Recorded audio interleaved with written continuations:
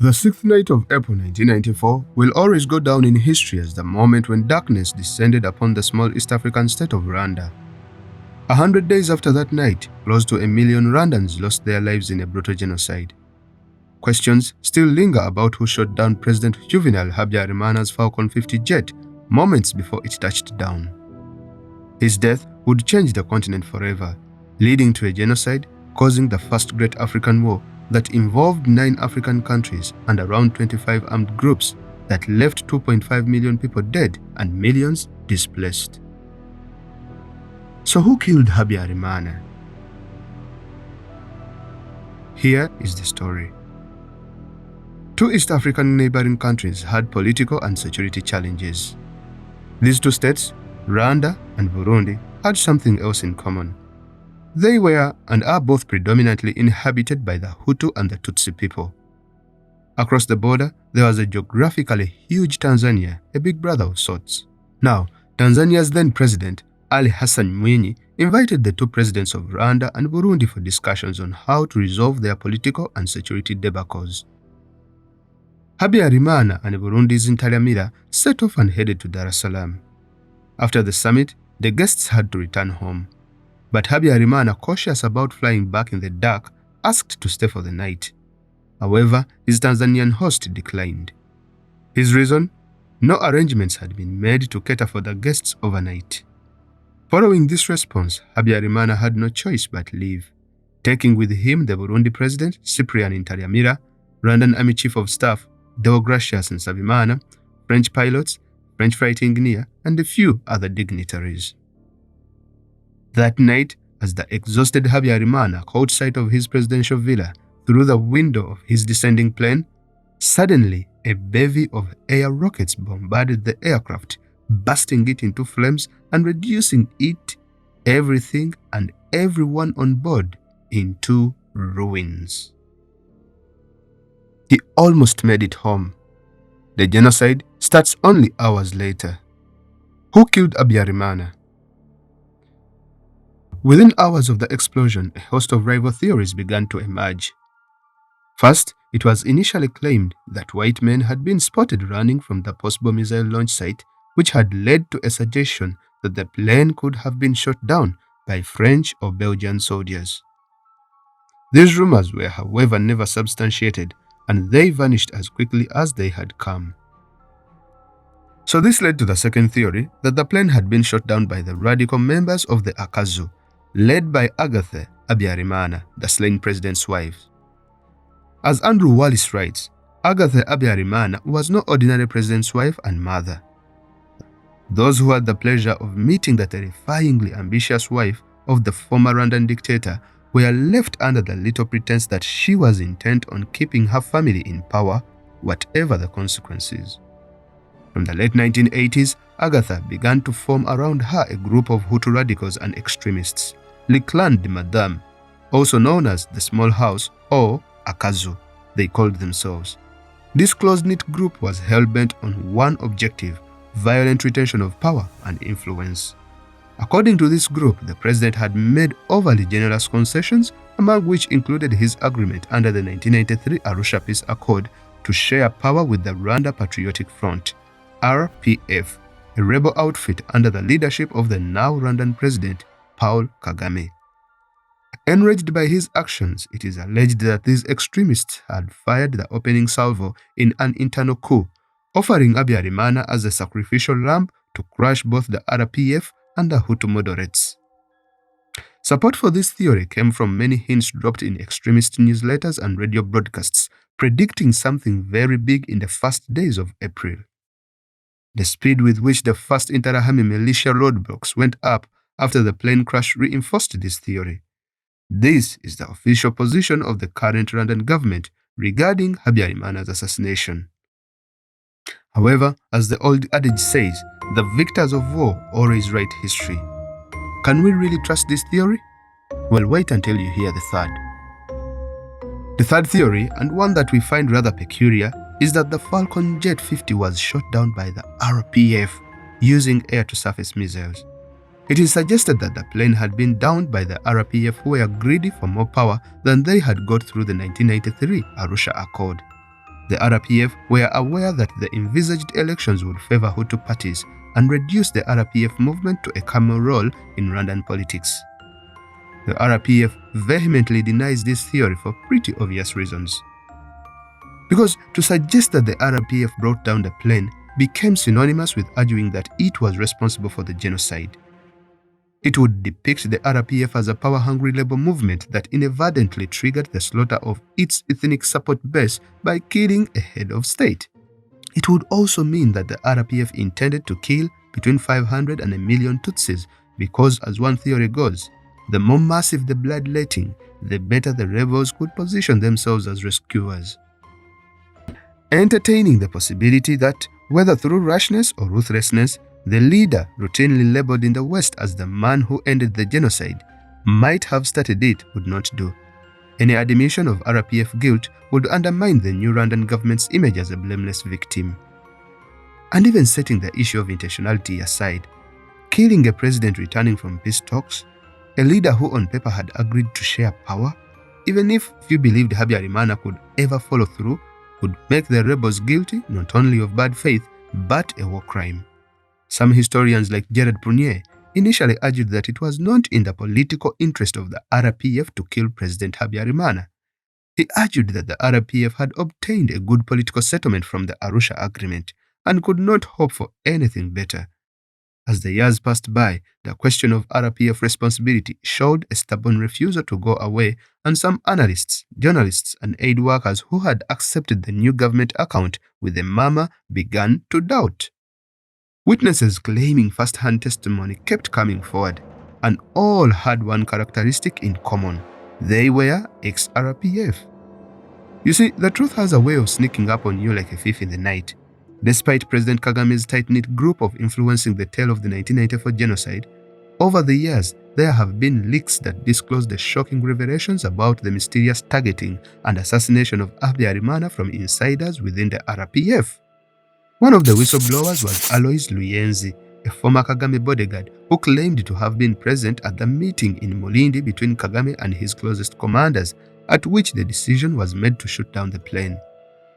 The other was Adbul Rusubiza, a former lieutenant who said he had been given the task of surveying possible sites to be used for the missile launch. On the 8th of November 1994, the United Nations established the International Tribunal for Rwanda, ICTR, in Arusha to identify the perpetrators of the genocide. When it was first established with respected South African judge Richard Goldstone as its chief prosecutor, the ICTR certainly saw probing the plane's downing as well within its scope. When the ICTR investigators Jim Lyons and Michael Hourigan were approached in 1997 by 3 former RPF fighters claiming direct knowledge of Kagame's responsibility, they excitedly called Goldstone's successor, Canadian Louis Abba, to say they had compiled a dossier outlining grounds for prosecution. But Abba's approach swiveled unexpectedly from initial enthusiasm to frosty hostility. During a tense meeting, she ordered the investigation team terminated, dismissed the credibility of the main sources, and queried their mandate to investigate the plane crash. Shocked, investigators speculated that Kigali's various Western friends, most likely the United States government, had applied pressure. What prompted her about-turn remains unclear. Louis Abba just did a 180-degree turnaround. Someone above was telling her this was not a good idea to be investigating Paul Kagame. Lyons later told the BBC. Abba's feisty successor, Swiss prosecutor Clara Del Ponte, insisted that her jurisdiction did indeed extend to the plane and secretly set up a special investigations unit to probe that and other RPF crimes. Word must have gotten out. No surprise given that Rwanda's intelligence services had placed informants among the ICTR's Rwandan translators and were also, thanks to the equipment helpfully provided by the United States, monitoring the court's telephone, fax, and internet traffic. When Del Ponte's joint contract at both the ICTR and the International Crime Tribunal for the former Yugoslavia expired, she was forced by the UN Secretary General Kofi Annan to focus on the latter, and a Gambian took over her Rwandan duties. It is clear that it all started when we embarked on these special investigations, Del Ponte later said. pressure from Rwanda contributed to the non-renewal of my mandate. Human rights investigator Alson Desfoges, often called as a prosecution witness by the ICTR during the trials of the genocide's suspected masterminds, had left the question of who brought down the plane open in Leave No One to Tell the Story, Genocide in Rwanda, her magisterial investigation. But her views, like those of many experts, including Prunier, changed over time. Interviewed by Lara Santoro in Arusha in 2001, she told the journalist off the record that she had always suspected the RPF might be responsible for the plane's downing, but had recently become convinced of it. She died without making her suspicion public. Yet, even as one tribunal was successfully shuffled, other prosecutors emerged to challenge Kigali's official version of events. In November 2006, French anti-terrorist judge Jean-Louis Bruguière, who had been asked by the families of the dead French pilots and flight engineer aboard to investigate, caused a diplomatic shockwave by announcing that he was issuing international arrest warrants for 9 of Kagame's closest aides, including General Kayumba, Kabarebe, Kayonga, and Nziza. For the RPF, the physical elimination of President Juvénal Habyarimana was the necessary precondition for seizing power by force, and was inscribed in a vast plan worked out to this end, said Bruguière. The final order to attack the presidential plane was given by Paul Kagame himself during a meeting in Mulindi on the 31st of March 1994. As the head of state, Kagame enjoyed immunity under French law, but the warrants, if acted upon, could have marked the effective decapitation of the RPF. Outraged, Kigali immediately cut diplomatic ties with France. Denouncing Bruguière as an impostor, Kagame rallied against the notion that the country that had propped up Habyarimana's despotic regime should dare pronounce judgment on its own. They should first try themselves because they killed our people, he said. Rwanda would counter with its inquiry. Dubbed the Musinzi Report after the chairman Jean Musinzi, his January 2010 findings, to no one's surprise, laid the blame squarely on the Akazu. To no one's surprise again, because while it interviewed 500 witnesses and commissioned a ballistic report from a British Defense Academy, every member of its committee of independent experts was an RPF member appointed by Kagame. However, it is important to note that the surface-to-air missiles that downed the Falcon jet were Soviet-made. They had been sold to Uganda by Russia, and only one side in the conflict had ready access to the Ugandan weaponry, RPF, who had fought along with Uganda's national resistance movement, a rebel group led by Yoweri Kaguta Museveni. On the 1st of October 2011, the former RPF General Secretary, Theogene Rudasingwa, confessed in a post on his Facebook page that Kagame had told him in July 1994 that he was responsible for shooting down the plane, deliberately derailing the Arusha peace process because he was bent on absolute power. While insisting that he had never personally been party to the plot, Theogene begged for forgiveness from families of those who had died on the plane and the entire Rwandan nation, acknowledging his role as one of the regime's propagandists in chief. Like many others in the RPF leadership, he said, "I enthusiastically sold this deceptive storyline, especially to foreigners who by and large came to believe it, even when I knew that Kagame was the culprit of the crime." The following year, in October 2013, Theogene flew to Madrid to tell Judge Melelez what he knew about the plane and the deaths of 9 Spanish citizens in Rwanda, among other things. By then, General Kayumba Nyamwasa too had gone public. The trial in Johannesburg of the 6 men accused of his attempted murder was held in June 2012. He used the opportunity to publicly accuse Kagame of responsibility for the plane's downing, as well as Laurent Kabila's murder. Granting series of press interviews, he denied any personal involvement in the plane's destruction, but said he stood ready to formally present his evidence to the French investigators. "I was in the position to know," he said. The following year, it was Major Jean-Marie Mikombero's turn to testify. Now living in Brussels and a prominent RNC member, Rwanda National Congress, an opposition group of Rwandan exiles, Mikombero had worked in the intelligence and risen to number 2 in Rwanda's Ministry of Defense. He told Judge Trividich how, as one of the 600 elite troops guarding Rwanda's parliament building in 1994, he had attended meetings where logistics of the presidential attack were discussed. "When the boss is killed, everything will go ahead more smoothly, his senior officers remarked. No one in the military believed in Arusha, Mikombero told Michaela Wong. A road ambush on Habyarimana's presidential convoy had been envisaged, but RPF commanders could not work out how to safely extract the team afterwards. So, focus shifted to the air. The missiles were smuggled into Kigali, hidden in a pickup truck stacked with wood. The morning attempt had to be postponed because of fog. A bout of malaria put Mikombero out of action, but he could effortlessly identify members of the five-man team who had driven off that evening to carry out the operation, changing the history of the Great Lakes forever. On the balance of probabilities, one has to sit back and ask the tough question: who killed Habyarimana? The evidence suggests that whoever planned and executed the assassination of Habyarimana is largely responsible for the Rwandan genocide in 1994 that saw the killing of close to 1 million people in the small, low-populated East African country of Rwanda.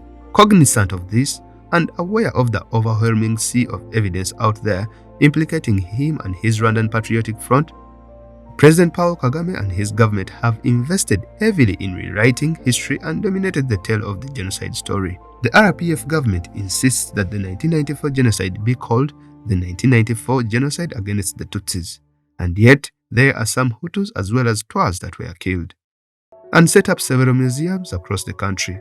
One of such key museums is the Kigali Genocide Memorial Museum, at the heart of Kigali, Rwanda's and probably Africa's cleanest city. When tourists from across the world visit the memorial site, they are walked through a gruesome tale of how the hateful Hutus set up a deliberate plan to exterminate the Tutsi minority in Rwanda. Make no mistake, Kagame is a smart dictator who has kept his people under his grip. Just as extremely fascist states like North Korea, the citizens are fed on state propaganda, and anyone who dares question it faces either death or arrest. There is a long list of individuals who have been allegedly assassinated by the Rwandan RPF government, to the extent that diplomatic relations between Rwanda and South Africa were suspended when a Rwandan opposition politician, Patrick Karegeya, was assassinated in Johannesburg. In a nutshell, overwhelming evidence points to the RPF and Paul Kagame being implicit in the assassination of Habyarimana by taking down his plane. For now, Paul and the RPF government have succeeded in frustrating any formal inquiry into the matter through diplomatic and not so diplomatic means like assassination of whistleblowers. The only hope for the victims is that more facts will emerge after the RPF has bequeathed power. Only and only then, hopefully, shall an independent and fair investigation into the matter be carried out.